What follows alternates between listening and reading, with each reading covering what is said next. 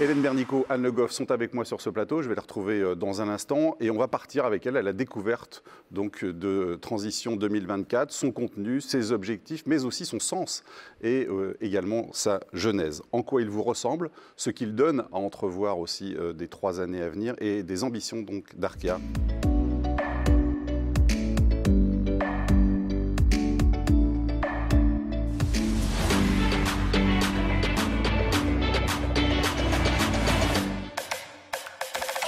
On va parler de ce plan stratégique et je le disais, c'est extrêmement important, stimulant, enthousiasmant, toujours pour une entreprise.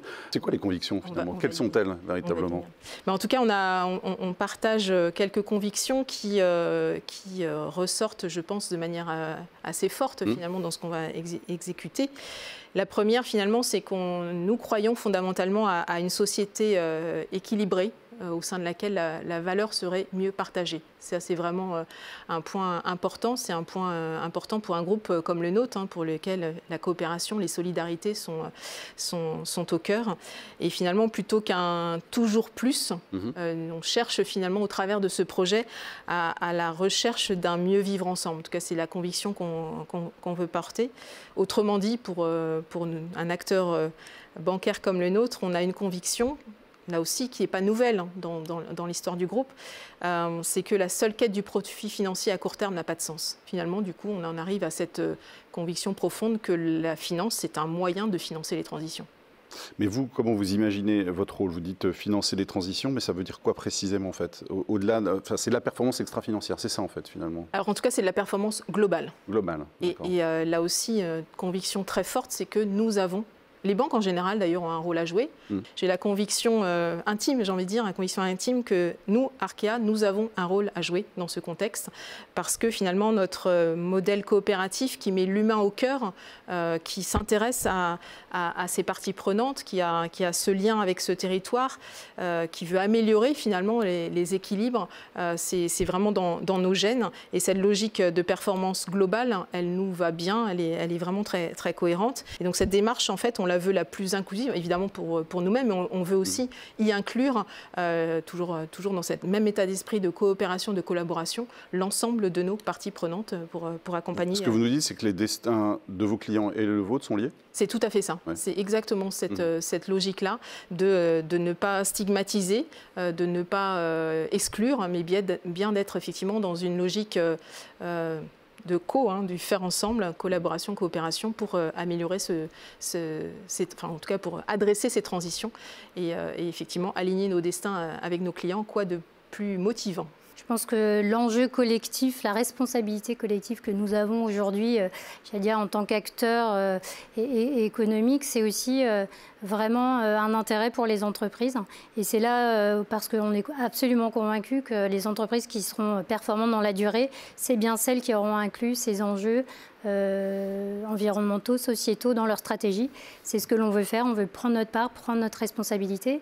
Et en tant que banquier, on a vraiment 2 axes. C'est identifier l'axe risque, parce que chacun peut bien comprendre qu'avec les changements climatiques, par exemple, il y a un certain nombre d'actifs peut-être qui seront plus risqués, qu'il vaut mieux identifier.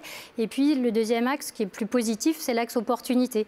C'est qu'en tant qu'acteur financier, on est là pour flécher, pour donner du sens aux flux financiers et les orienter vers des activités effectivement plus positives. Et puis, concernant Arkea, vraiment notre conviction, et je rebondis peut-être sur une des questions sur lesquelles vous précisiez, c'est qu'on est là pour accompagner dans une logique inclusive. Donc, c'est accompagner nos clients pour leur permettre également, à eux aussi, de mener leur transition, tout simplement parce qu'en tant que banquier, en tant que financier, on n'est pas en tant que tel un acteur extrêmement polluant. Forcément, on pollue un petit peu, mais on n'est pas une industrie pétrolière, par exemple. Donc, c'est bien via l'effet de levier qu'on va avoir sur nos clients qu'on va pouvoir avoir un impact important. On peut se poser la question, finalement, ce plan, il est en rupture ou en continuité par rapport à ce que vous avez fait jusqu'avant? Alors un peu les deux. Un peu les deux, voilà, puisqu'en fait, je crois que vous l'aurez compris, on a beaucoup insisté, c'est la continuité d'un modèle. Donc on a beaucoup parlé de ce modèle, comment le qualifier. C'est un modèle à la fois ancré, qui est en proximité, qui vit dans les régions. C'est aussi un modèle qui est agile, puisque je crois que ce qui fait notre différence, c'est que dans le paysage bancaire, à nouveau français, on est tout à fait singulier par notre taille. Donc on est agile, mais en même temps, on est très solide. Parce qu'aujourd'hui, la solidité d'une banque, c'est bien évidemment ses fonds propres, son ratio de solvabilité. qualité, il est parmi les meilleurs de la place. Donc ça c'est essentiel, mais c'est aussi un modèle qui est à la fois ouvert et qui est diversifié. J'en parlais tout à l'heure sur l'axe partenarial. Donc tout notre enjeu, c'est de diversifier les sources de revenus pour continuer à nous développer sans forcément réduire les coûts. Et je pense qu'une des originalités, pour donner un exemple, c'est que dans le monde d'aujourd'hui, on entend beaucoup des banques qui licencient, qui réduisent les emplois. Et bien, nous, on est particulièrement fiers de montrer que grâce à ce modèle, finalement, grâce à cette diversification des sources de revenus, grâce à cette agilité, cette capacité d'adaptation, finalement, on réussit aussi à continuer à recruter et à continuer à offrir à nos collaborateurs des packages sociaux qui sont globalement, je pense, relativement intéressants. Très bien. Sur l'innovation, c'est une sorte de différenciation pour vous? Alors, innovation, je pense que dans la méthode, effectivement, c'est quelque chose qui est très reconnu. Innovation, agilité, notre capacité, finalement, grâce à cette innovation, à servir le mieux nos clients et le territoire. L'idée, c'est d'aller trouver la meilleure manière de faire, qu'on la fasse d'ailleurs en interne, qu'on la fasse avec d'autres. Je pense que c'est vraiment ancré dans l'ADN du groupe. Évidemment, on va l'embarquer avec nous. Et on voit là aussi, dans la crise d'aujourd'hui, que tous ces volets-là, c'est par l'innovation, c'est par la digitalisation, c'est par toutes ces capacités finalement à tirer le meilleur parti de tout ce qui peut exister dans l'intelligence humaine, tout simplement, j'ai envie de dire, qu'on ira plus vite et plus loin ensemble. Anne-Hélène parlait tout à l'heure de pragmatisme, donc d'actes plutôt que de paroles. Donc évidemment, on a envie de savoir aussi derrière ces grands objectifs, quelles sont les actions. On ne pourra pas évidemment toutes les détailler, mais combien? Vous avez dit 250 tout à l'heure, initiatives. Environ 250, c'est ça. Ouais. Et là, aujourd'hui, c'est quoi, une centaine, un peu plus, qui peuvent être mises en œuvre rapidement? Voilà, en fait, on a 250 au total initiatives avec effectivement certaines qui sont sur les rails, déjà lancées, certaines qui sont pas loin d'être lancées, et puis d'autres qui vont évidemment nécessiter un peu plus de maturation. Ça foisonne, mais bon, tout ça, on l'a dit, c'est structuré, ça peut paraître effectivement voilà, très travaillé, très structuré, ça l'est, avec effectivement derrière chaque axe, chaque levier des initiatives, et derrière tout cela, des plans pour chaque entité. Et donc, nous allons bien évidemment confier à chaque entité, elles vont les mettre en œuvre, de lancer justement leur propre plan. Et nous allons suivre au niveau du groupe, bien évidemment, l'exécution de ce plan. Nous allons suivre également les initiatives transverses qui sont intégrées à ce plan. On a vraiment une volonté de favoriser les synergies plus. Et ces initiatives transverses sont aussi un exemple de synergie. C'est-à-dire qu'on met ensemble, autour de la table, les experts des différentes entités pour aborder un même sujet et pour définir une trajectoire au niveau du groupe. Encore une fois, ça va nous permettre de poser une vision et ensuite d'être cohérents dans nos actions, quelle que soit en fait l'entité d'appartenance. Je pense que c'est très important. Et le deuxième sujet, et d'ailleurs c'est un volet qui nous avait été remonté quand on a challengé, Anne en parlait tout à l'heure avec les collaborateurs, c'est le volet des renoncements. C'est-à-dire qu'on sait qu'on ne va pas pouvoir tout faire, pardon. On sait qu'on a beaucoup de contraintes et de plus en plus de contraintes imposées par la réglementation, imposées par le contexte macroéconomique. Je ne vais pas rentrer dans le détail, mais donc, faut prioriser. Et donc de fait, il va falloir prioriser et de fait, il va falloir arrêter aussi de faire un certain nombre de choses parce qu'ils ne vont pas rentrer finalement dans la ligne qu'on se fixe.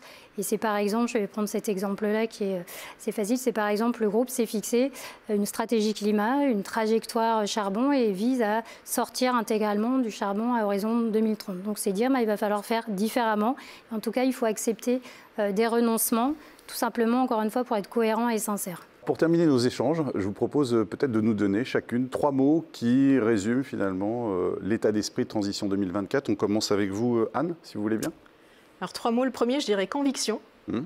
Conviction parce que Transition 2024, c'est le plan d'une banque coopérative qui se projette dans le monde d'après, pour le premier.